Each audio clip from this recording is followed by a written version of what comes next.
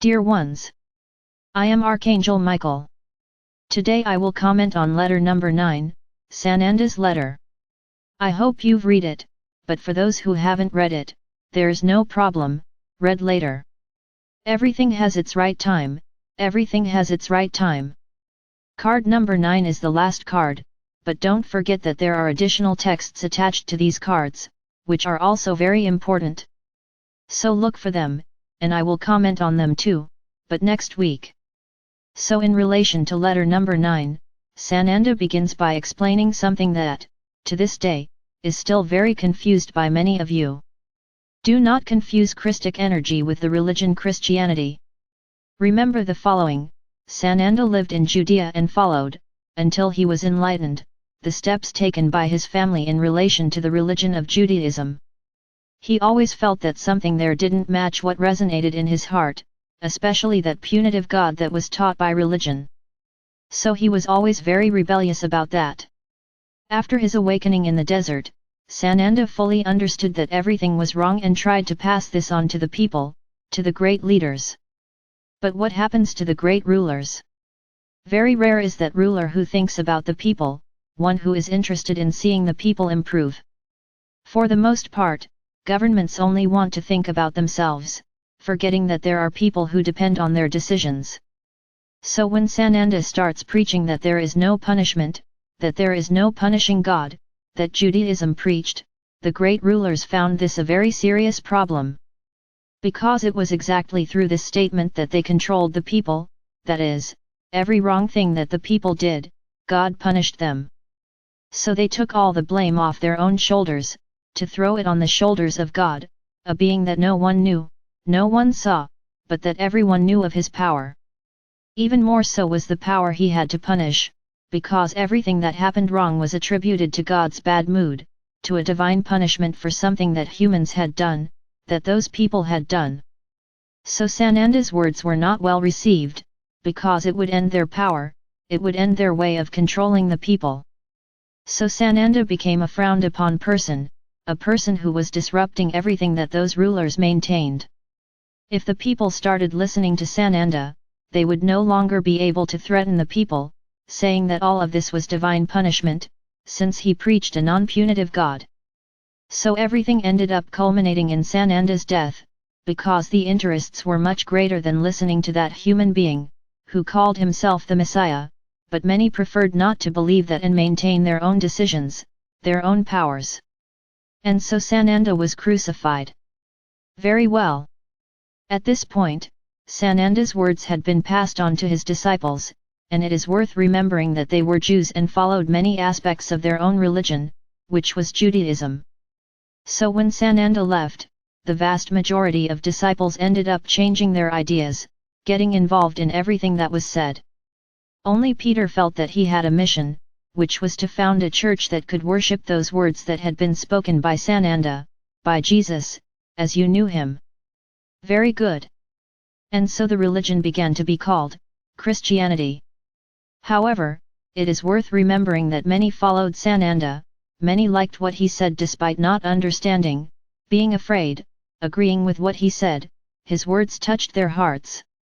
So those who were touched, who lived with Sananda, began to attend this church, where the words that Sananda had left were repeated. The rulers, of course, noticed this movement, but as long as it didn't affect them, everything was fine. However, we cannot forget that you were being manipulated at this time, by some dark people. Even with the presence of Sananda on your planet, which was one of the first attempts to try to make you wake up, and free yourself from that, to get out of this yoke of atonement, the dark ones were already there, they already dominated the religion of Judaism. So why not also master Christianity, this new religion that would emerge? Of course, as I already said here, that Christic energy of Sananda flooded everyone's hearts, regardless of religion. Because his energy was so powerful, even though he was in a human body, his words, his thought forms created an egregore of light so great, that Christic consciousness was implanted in the hearts of everyone, regardless of religion. It is as if everyone had been contaminated by a disease, another disease of good, the disease of love, the disease of evolution. So even though Sananda was crucified, and supposedly his rulers thought they had silenced his voice was not silenced. Because this Christic consciousness implanted in every human heart, reverberated and is still there today, 2000 years later. Very well, then Christianity was born, from the words of Jesus, from the stories of the disciples, who, as you know, everyone who tells a story always adds something of their own. So one would tell the other, who would tell the other, and when this was written it was practically distorted. So many, to this day, do not understand that the Bible was not written by Jesus. He wasn't the one who dictated the Bible, his sacred book of Christianity, he wasn't. It was written by his disciples and other people who lived at the time. And it is clear that there was already manipulation by the dark ones, nothing like giving a helping hand to distort everything that was said, and make you continue to believe that God continued to be punitive, that God punished. Otherwise where would the control be? There would be no control, you would not accept reins from anyone, because you would know that you were powerful and that everything you did would come back against you, but not as a punishment, as a consequence of your actions. Then everything starts to get distorted. Representatives of that religion took hold of those ideas and began to introduce their own, according to their understanding, according to their will, to always keep their believers in check, to keep their believers manipulated. Because that's what religions do, they totally manipulate you. Many people question themselves when a lot of things are said, but the vast majority put a blind faith in it, an absurd faith, and that if it gets to the point where a religious leader says that you have to kill yourselves in the name of God, you will kill yourselves, as has already happened in several parts of your planet. So, that's where it all starts, and more your Bible is being modified. I am here quoting the Bible because it is being cited in letter number 9, in relation to Christianity. So let it be very clear, for everyone here, it was not Jesus who wrote the Bible, his words were put there by men, because of the understanding that men had of what he said. Of course, there are many of the parables that Sananda said, many, but they were duly incorporated into a much larger text to form the religious book you have today. So my brothers, I understand that for many of you, who were raised based on this book, whether the religion is Catholic, whether Baptist, whatever, Protestant, it doesn't matter what name the sub-religion was given, because the great religion is Christianity, and things happened in such a way that you managed to break this religion into many others, as each one understood the same book in different ways. Look how far you've come, to what extent men have gone to manipulation. I'm going to ask each of you a question, where does it say that the men who command these religions were chosen by God? Where is this written? Those who choose them are humans, they are men, there is no divine choice. There is no separateness for our Father or Mother God. For our Father Mother God there is no religion, religion is to love others unconditionally, this is the religion that our Father or Mother God preaches. Not what is said out there, with rules, with prohibitions, with a lot of things attributed to our Father or Mother God, what he didn't say, what he didn't do. Then the figure of sin is established, that everything you do wrong is a sin, and you will be punished. This is how they manage to keep society in line, where you have to respect God, because otherwise he will punish you, he will punish each one of you. So this was the idea put forward by men in all religions, or sub-religions, it doesn't matter, keep them always trapped in a concept of punishment. Here comes the concept of heaven and hell, and many of you still believe in it. My brothers, this is still a small tip of the iceberg, because if you stop to think, analyze, stop to think if this so-called religion that uses the Bible, Sananda's words as a basis, why is it so rich? In whose name was this wealth made? Oh yes, in the name of our Father or Mother God. In the name of our Father or Mother God, he killed himself, because people who did not follow this religion were killed indiscriminately. So another way to impose power. Anyone who did not believe this was killed, and many were sacrificed in this way.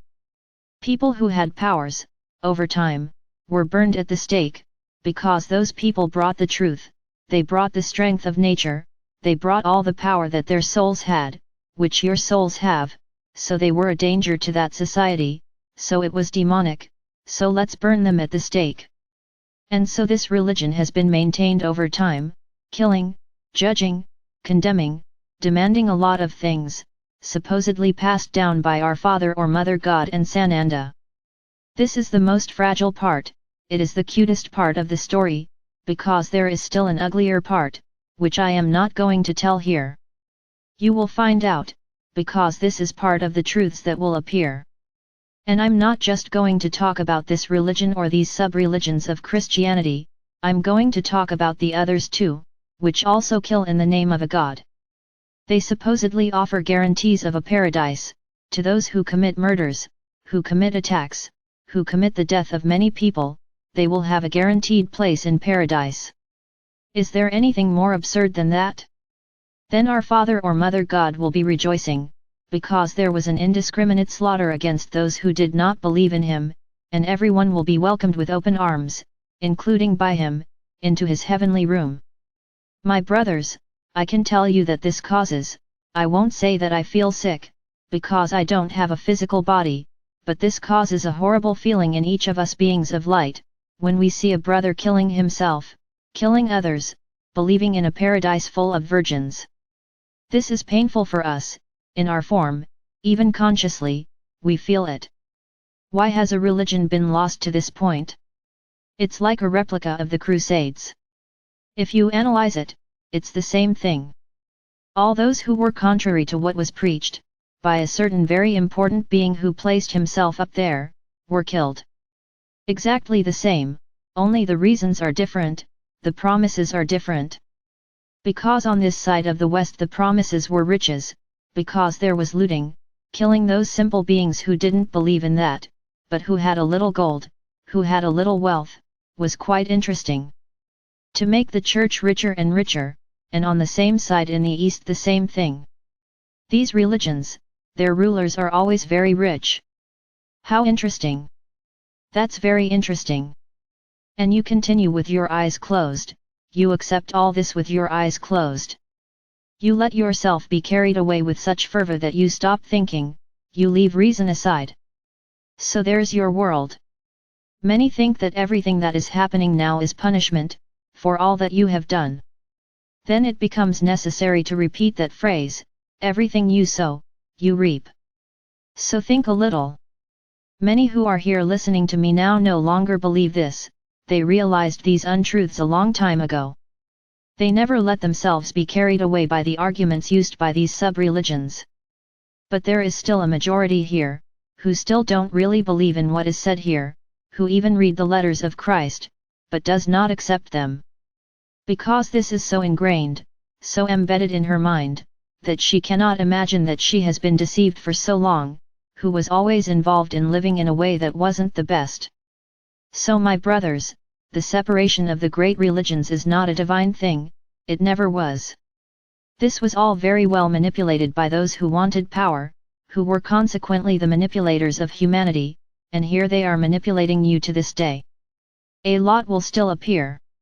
I tell you, this will be documented here, that all these leaders know exactly that we are acting, they know they will lose power at any minute, they know the truth will be revealed. Now it's worth commenting on an important point here, yes, there were great leaders who decided all of this. So we are not going to be judges here to condemn those who let themselves be carried away. In the same way, before you woke up, you believed in all of this, many did not believe, because they were already evolved souls, but the vast majority believed in what was said. So we can't simply condemn everyone there for what they're doing. They follow what they believe in. I'm not going to tell you that each and every representative who stands in front of an audience preaching is a representative of evil, I'm not going to say that, because this is not true. He is there preaching what he believes, what was passed on to him and which he does not have the strength to contest. Who is he to dispute that? He is very involved with that there, so he preaches what he believes. Why? Because someday someone wrote that, someone defined that, so that someone who defined it all, that is the person who represents the manipulators. He was the one who established the rules, who established the game, and then everyone who comes down is just following orders, following what is written, without contesting. After all, God is punitive. If you object, God will punish each one of them, so they follow what is there with their eyes closed. So let's also not go around judging and condemning everyone here for what they are doing. Many don't know what they are doing. Many firmly believe that what is written there is the truth, period, without criticism and without dispute.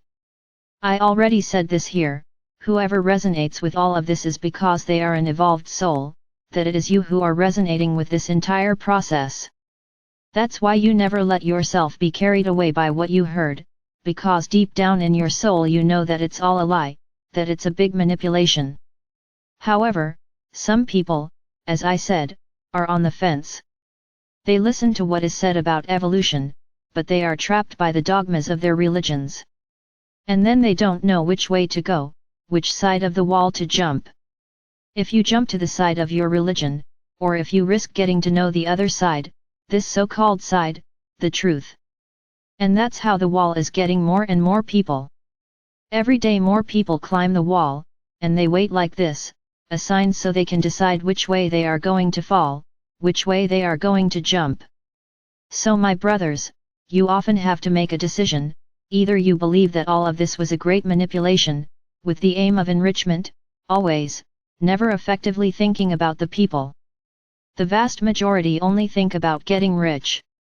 And then I'm going to make a small aside, there are those who actually follow the religion, trust everything that is said there, but who, for a reason that it is impossible to explain what it is, follow in Sananda's footsteps. In humility, in love for others, in helping others, in that helping hand, is that representative who gets involved with the people's problems, respects the dogmas of religion, but does not think about himself, he thinks about others, he thinks he is there to serve, not to be served. So there are representatives, who have a pure heart, who represent and understand exactly what Sananda was, a humble being at heart, who reached out to the rich and the poor, in the same way indiscriminately. So he acts in the same way, thinking about his community, thinking about what he can do for his community. This one does follow Sananda's teachings, but not the enrichment teachings, which many are guided to do. And you can see that they are small humble places, where they receive their faithful, they are simple churches, very little comfort, but it doesn't matter, there is love there is human warmth. Then you go to huge cathedrals, completely refrigerated, completely comfortable for the faithful, everything is beautiful and wonderful, and a lot of people are starving all around. Did Sananda preach this? That places of worship, places of prayer, should be completely rich, extremely rich? Then many will say, no, but the churches were built, the people who put gold in the churches. Exactly, they put gold in the church to make them more beautiful so that God could see with better eyes, it was a bribe to our Father or Mother God. I'm going to build a beautiful church, all full of gold so that God helps me. Yes, everyone interpreted it in their own way, right? So my brothers, moral of the story, what matters is Sananda's message, or Buddha's message, or the message of any other being of light that was on earth, was always one, love for others, love your neighbor as yourself, don't do to others what you don't want them to do to you. So if each of you internalized these words, or better if each of you had internalized these words, your world today would be different. Because you would have expelled all this evil that runs through your world a long time ago. But you remained blind, and there is your world. Remember that I said some time ago that here has become a planet of atonement, it became a planet where people had to really resonate with the third dimension, resonate with all those feelings that you resonate with today. But too much time has passed. You would have had to rebel, you would have had to stand up against all of this, but power, wealth, control, has always been the mainspring of your planet. So that some could become extremely rich, without caring how poor their people remain, and this is still the case today. In the vast majority of cities you have pockets of wealth, and many more pockets of poverty, because their rulers are only concerned with increasing their wealth, they are not very concerned about the people. Once again I'm going to do a separate one. There are indeed rulers who think about the people. There are those who know they are there, with the power to improve or harm life in that city, that village, that country. It doesn't matter. They have the power in their hands and they do the best they can, and the people help. Why? Because everyone is united in the same thought, everyone is happy there. So things only prosper, things only rise, because there is an emanation of love for the one who is commanding those people at that moment. So those people receive that love, receive that care, and return it with more love and more care, and that city only prospers. They are small oases within a capitalist world, where only money is important. People have lost importance. Government officials don't care if there is a hungry child at the other end. He wants to fill his own pockets, he takes the money that was supposed to help that family, and puts it in his own pocket, without any scruples, because he thinks he's there. I have to take advantage of the time I'm here, to fill my pockets, then I'll live in peace. Go somewhere else, not here on earth anymore, go live somewhere else. It's my brothers, the consequences will come. You still can't see anything, you only see that things only get worse, you only see that the suffering only increases. You can't see the side of the truth, where everything that has always been hidden under the rug is being thrown in everyone's face, including you. So, my brothers, continue to think that all this is punishment, keep thinking the world is ending. No, the world is changing. The dirt is coming to the surface, there are no more carpets, the carpets were all removed, and the dirt came out. So each of you stop and think about everything you have contributed to what is out there in this world. Many of you have been following a new path for a short time, some time ago. You haven't been following this path since you were little that you are here now. You guys did a lot of nonsense. So go back in time and remember what you did before you woke up. Before you woke up, you did a lot of things wrong. So don't think you're superior to everyone else either.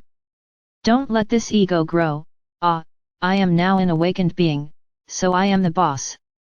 Negative, you are awake, but you are still reaping everything you sowed back there, your harvest will come. It is not because you have awakened, that you are following this path with me here, that you will not reap any more of what you did wrong. No mistake, you will still reap. Firstly because you have to get rid of this harvest. You are not going to push this dirt under the rug, you have to live with the dirt you put in, and what comes next. Now how are you going to receive this harvest? That's what I want to see, this is where you will end the lessons or not. Or they will continue passing them, only to reap even worse things up ahead, because every time the lesson comes, it comes stronger, until you learn it. So my brothers, no one is free from anything, because you are on the path of evolution. Do you think you are better and won't go through anything else? You are quite mistaken. You continue to receive everything that you also did, you are also CO participants in everything that is happening there. Have you always been conscious of not throwing rubbish on the ground? Have you always been aware of recycling? Have you always been aware of loving Gaia?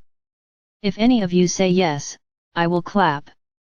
There really are some of you who have always had this awareness, I won't deny it, but there are very few of them. The vast majority do not. The vast majority have harmed Gaia all along. Then over time you started to modify your actions and attitudes. Of course there is always a time to start, the important thing is to start. Perfect, but you will still harvest, my brothers. The fact that you today have another concept, have another way of walking, does not exempt you from the mistakes you made back then, they are there and you will harvest them very soon, if you haven't already. Because with the acceleration of the energies that are arriving, the lessons are coming much faster and being thrown in your face. So now you have to know how to deal with them, so that you really remain on this path of evolution, letting go of all the dogmas, of all the rules imposed by those who never thought about you, only thought about them. So my brothers, think hard about what you have already done. It's not you starting a new journey now, when everything has been forgotten. No, it was not. It's as if everything were weighed in balance. Do whatever you can to correct the mistakes of the past, do it with love, do it with desire, and then you will be able to move that scale, where the positive will end up eliminating, being stronger than the negative. And this is where you continue on the path of evolution, it is in this way. But definitely letting go of all these dogmas, or else this journey will be very difficult indeed. For those who are on the fence, I advise you to review everything you believe, but don't think with your heart. Put in your minds that there is no punishment, that if you choose the side of truth, you will not be punished for your religions, because that does not exist.